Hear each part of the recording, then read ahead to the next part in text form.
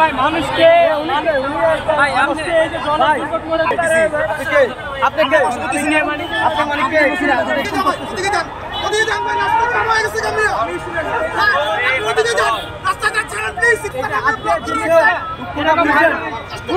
স্বাধীনতাটা ভাইছেন, স্বাধীনতাটা তার কারণে ভাইছেন আপনারা।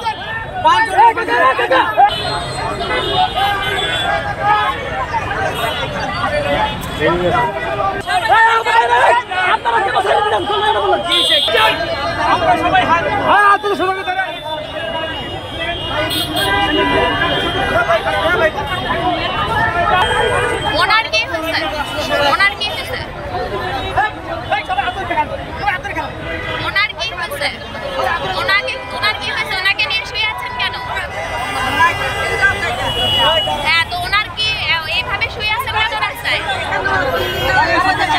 হ্যাঁ, আমরা সবাই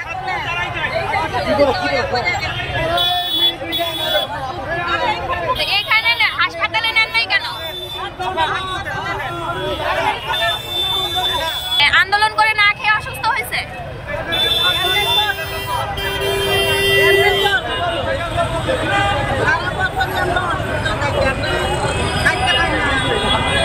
এই ছেলেটার বাবা নাই, দ্বিতীয়ত মা প্রতিবন্ধী।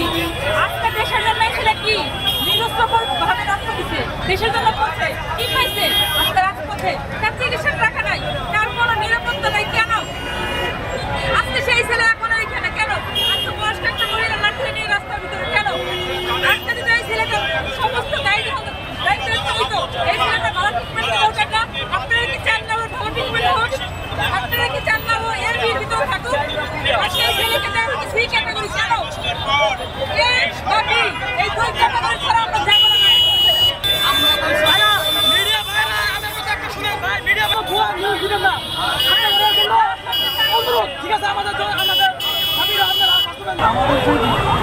আমি এখনো কিন্তু দাঁড়াতে পারি না, এমনকি আমি বেশিক্ষণ বসে কাজ করতে পারি না।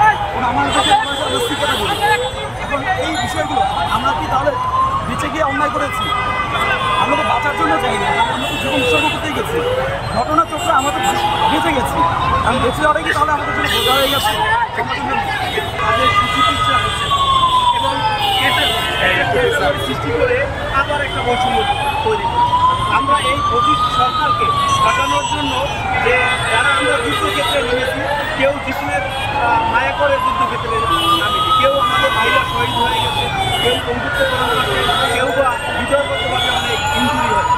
তা আমি মনে করি যে ক্যাটাগরি যারা হাত হারিয়েছে বা হারিয়েছে, চক্ষু হারিয়েছে, হৃদয়গতভাবে বড় ধরনের ইঞ্জুরি হয়েছে, এদের আর যারা আহত হয়েছে তারা সবাই বিজেপি, এবং এদের একটা মাসিক ভাতা ব্যবস্থা করে দেওয়া উচিত।